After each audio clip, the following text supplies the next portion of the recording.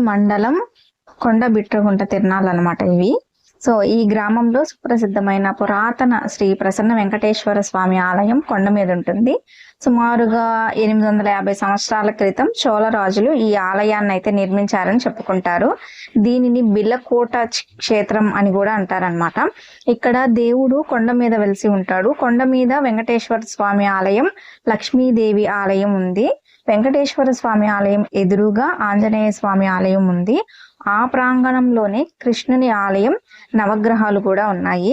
నారద మహర్షి కొండబిట్రగుంట బిల్లంలో తపస్సు చేసి విముక్తి పొందిన ప్రాంతంలో ప్రసన్న వెంకటేశ్వర స్వామి విగ్రహాన్ని ప్రతిష్ఠించారని ప్రతీతి. నారద మహర్షి ఆలయము కొండకి కొంచెం కింద భాగాన ఉంది. ఇక్కడ ప్రతి సంవత్సరం పాల్గొన మాసంలో స్వామి వారి తిరునాళ్ళు 7 రోజుల పాటు వైభవంగా జరుగుతాయి. పాల్గొన పౌర్ణమి రోజున